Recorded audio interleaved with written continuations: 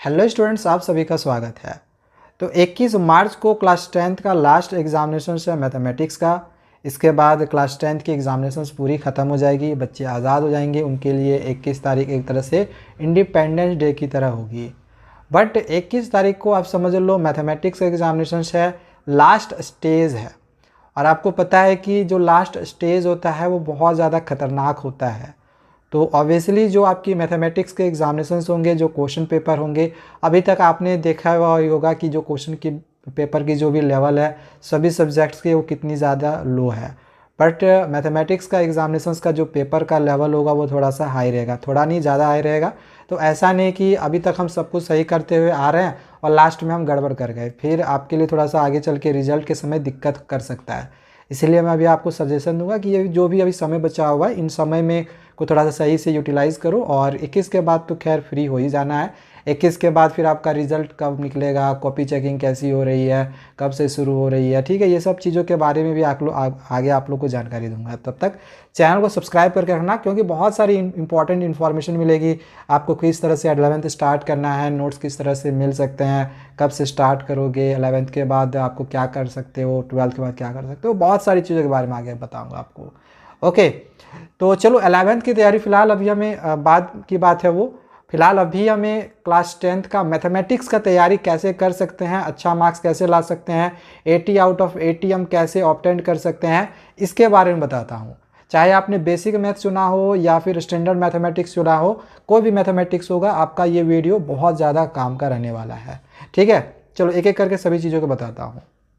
देखो, सबसे पहली चीज़ ये कि अभी तक आपने अगर फॉर्मूला याद नहीं किया हुआ होगा तो जितना जल्दी से जल्दी हो सके सारे फॉर्मूला को याद कर लो, एकदम रट लो, क्योंकि बिना फॉर्मूला का क्वेश्चंस बनेगा ही नहीं। ठीक है, जैसे कुछ चैप्टर्स के खास करके फॉर्मूला आपको तो याद रखने ही रखने हैं।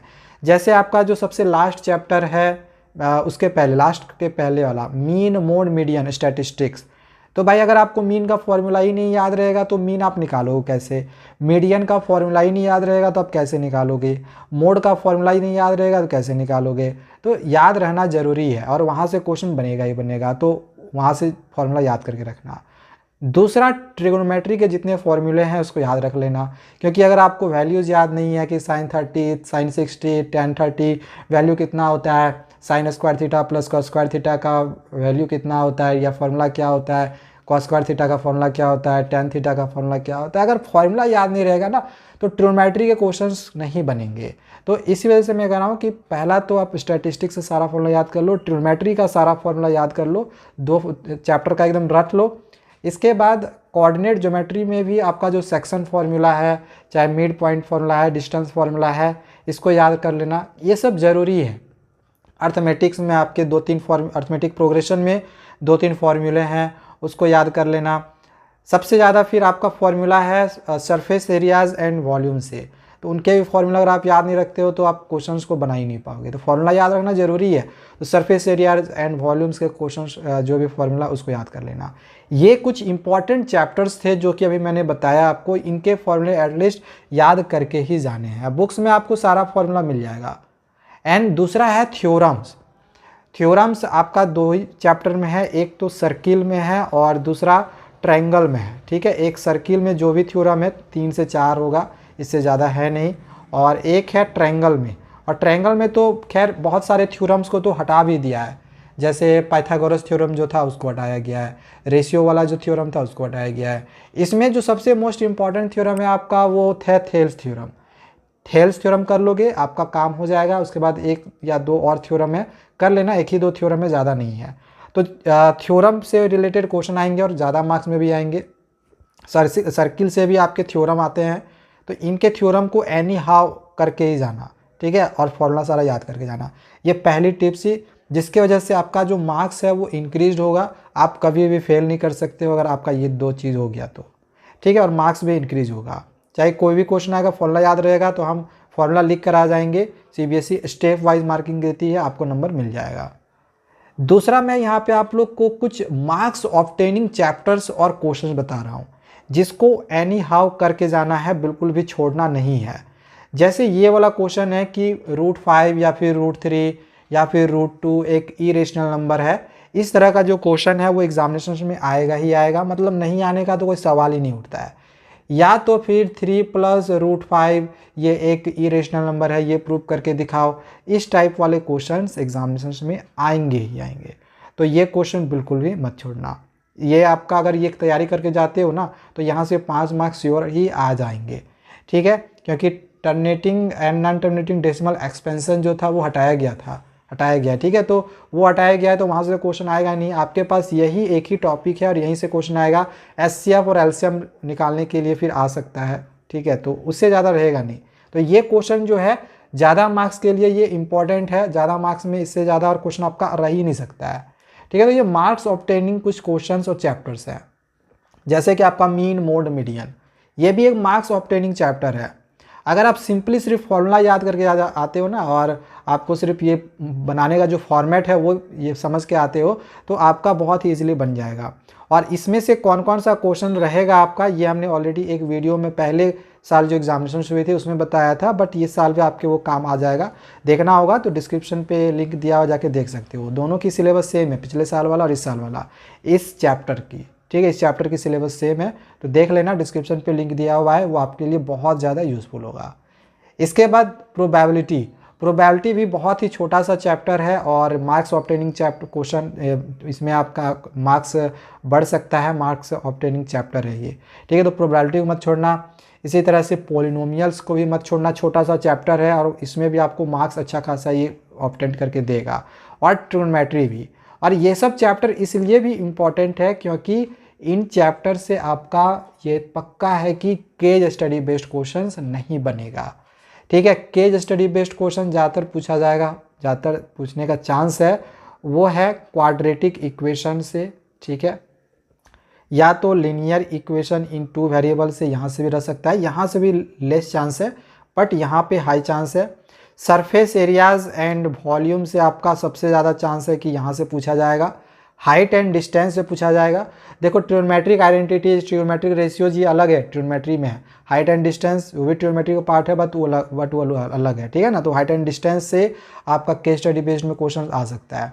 तो मैं इसीलिए आपको सजेशन यहाँ पे एक चीज़ दे रहा हूँ कि पहले उन चैप्टर्स को अच्छे से तैयारी कर लो जो आपको मार्क्स दे देते हैं। अब हो सकता है कोई बच्चा ये वीडियो को नहीं देख रहा होगा, अब डायरेक्ट वो क्या किया है, जाके सरफेस एरियाज एंड वॉल्यूम के चैप्टर को तैयारी कर रहा है, क्वाड्रेटिक इक्वेशन की तैयारी कर रहा है, या तो फिर वो लीनियर इक्वेशन इन 2 वेरिएबल्स की तैयारी कर रहा है। तो इससे क्या होगा कि उसका जो समय है वहाँ पे बहुत ज़्यादा चला भी जाएगा, मेहनत भी वो बच्चा ज़्यादा कर लेगा और मार्क्स भी आपसे कम लगेगा, क्योंकि वहाँ से केस स्टडी बेस्ड ऐसे ही क्वेश्चन आएगा। तो उन चैप्टर्स को का ना बेसिक चीज़ों को अच्छे से समझ के जाना, कॉन्सेप्ट को अच्छे से समझ के जाना, ठीक है। कि जैसे हम टोटल सरफेस एरिया कब निकालते हैं, सरफेस एरिया कब निकालते हैं, तो ये सब कॉन्सेप्ट हो गया, इसको समझ के जाओगे क्वेश्चन आपका बनेगा। तो ये सब के चैप्टर्स के जो क्वेश्चन है इनकी प्रैक्टिस करके जाना, केस स्टडी करने की ज़रूरत नहीं है इन चैप्टर्स की। सिंपल जो आपके बुक में होगा, कुछ सैम्पल पेपर में होंगे, वो करके जाना। यहाँ ये आपके लिए मार्क्स ऑब्टेनिंग चैप्टर है, आपको बहुत अच्छा स्कोर करके देंगे। इसके बाद अगला टिप्स नंबर 3 है कि प्रैक्टिस खुद से करना और अवॉइड मैराथन। जो मैराथन वगैरह आप देखते हो ना, 4 घंटा 5 घंटा 6 घंटा, भाई मैं अभी तक आपने जितने देखा सो देखा, वो सब सारे थ्योरी पेपर्स थे, बस आपको लिखने थे। सोशल साइंस में बस लिखना है, साइंस में बस लिखना था, ठीक है। बट ये जो आपका मैथमेटिक्स है, अगर आप खुद से नहीं बनाओगे ना तो क्वेश्चन आपसे नहीं बनेगा। इसमें मैथमेटिक्स में ना प्रैक्टिस मांगता है, ठीक है। तो अभी से आप मैराथन को अवॉइड करो। मैराथन अगर देखना ही होगा ना, तो अगर कोई आपका लिए केस स्टडी बेस्ड क्वेश्चंस की मैराथन अगर करवा रहा है तो उनकी वीडियोस को भी लाइव मत देखना। वीडियो ख़त्म हो जाने के बाद वो जो पढ़ा दिए हैं, ठीक है, जो मैराथन करवा दिए होंगे, तो उनको फास्ट फॉरवर्ड करके देख लेना, ठीक है। तो इससे आपका समय भी बचेगा और आप बचे हुए रहोगे। देखो लाइव के समय क्या होता है ना कि चैटिंग वगैरह होते रहता है, तो आपको थोड़ा सा मतलब डिस्टर्ब भी होगे और थोड़ा सा आपका समय भी आपका ज़्यादा लॉस होगा उसमें, ठीक है। तो बाद में वही चीज़ आप देखोगे तो आपका समय लॉस नहीं होगा। थोड़ा बहुत कहीं अगर चैटिंग वेटिंग हुआ है तो उसको आप स्किप भी कर सकते हो। तो इसीलिए मैं कह रहा हूँ कि मैराथन का अवॉइड करना, क्योंकि मैराथन करवाते समय जो टीचर्स होते हैं वो अपनी प्रैक्टिस कर रहे होते हैं, तो वो समझ रहे हैं ना, जब तक आप नहीं बनाओगे तब तक आप कैसे बना सकते हो। तो 2-3 बार हमें बना बना के क्वेश्चंस को देखने रहते हैं, तभी हम क्वेश्चंस को सॉल्व कर पाते हैं। तो प्रैक्टिस खुद से करो और मैराथन को अवॉइड करने की कोशिश करना, बाद में फिर उसको आप फास्ट फॉरवर्ड करके देख लेना, ठीक है। लाइव देखने से अच्छा है कि बाद में हम फास्ट फॉरवर्ड करके देख लें। अगला है कि must practice new pattern question, बहुत ही इंपॉर्टेंट है, बहुत ज़्यादा ज़रूरी है कि हम नए पैटर्न के क्वेश्चंस की तैयारी करें। नए पैटर्न के आप जब सीबीएसई एडिशनल क्वेश्चंस निकाली है प्रैक्टिस क्वेश्चन, उससे तैयारी कर लो, ठीक है। सीबीएसई के साइट में मिल जाएगा या फिर मैं डिस्क्रिप्शन पे ही डायरेक्ट लिंक दे दूंगा, आप डाउनलोड कर लेना। नए पैटर्न की क्वेश्चंस की तैयारी करना, या फिर कुछ क्वेश्चंस नए पैटर्न की मैं आप लोगों को दूंगा, साथ ही केस स्टडी बेस्ड क्वेश्चंस की भी लिंक डिस्क्रिप्शन पे मैं पीडीएफ के फॉर्मेट में दे दूंगा, उनसे उनकी तैयारी करना, आपके डेफिनेटली बहुत ही अच्छा स्कोर कर दोगे, ठीक है। लेकिन इनकी तैयारी करके जाना, प्रीवियस ईयर्स के क्वेश्चन पे टोटली डिपेंड मत रहना, एनसीईआरटी पे भी टोटल डिपेंड मत रहना, वरना आप फंस जाओगे, क्योंकि एनसीईआरटी से ना के बराबर क्वेश्चन रहेगा, खास करके स्टैंडर्ड का। बेसिक का तो थोड़ा बहुत मिल भी जाए, स्टैंडर्ड का तो भाई बिल्कुल नहीं मिलने वाला है, ठीक है। प्रीवियस ईयर से बहुत कम आएंगे। मैथमेटिक्स में जनरली यही देखा जाता है कि जो नए टाइप के क्वेश्चंस हैं वो इसमें मिलते हैं, भले ही दूसरे सब्जेक्ट में नहीं मिल दिए जाते हैं, लेकिन मैथमेटिक्स में नए टाइप के ही क्वेश्चंस आते हैं।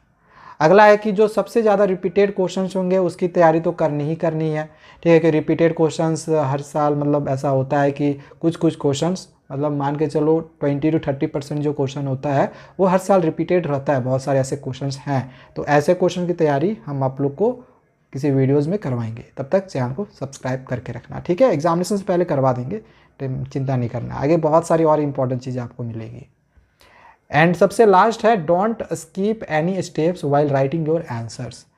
देखो मैथमेटिक्स में क्या है ना कि अगर आप सिर्फ फॉर्मूला भी लिख के आओगे तो आपको मार्क्स मिल जाता है, क्यों? क्योंकि स्टेप वाइज मार्किंग होता है। तो इसी तरह से जब हम अपने कोई भी आंसर्स को मैथमेटिक्स में लिख रहे होते हैं तो आप कोई भी स्टेप को मिस ना करो। जैसे हमने यहाँ पे कुछ भी लिखा, फिर यहाँ पे एक स्टेप छोड़ दिए, प्लस करके नहीं दिखाएं, डायरेक्ट यहाँ पे हम आंसर लिख दिए।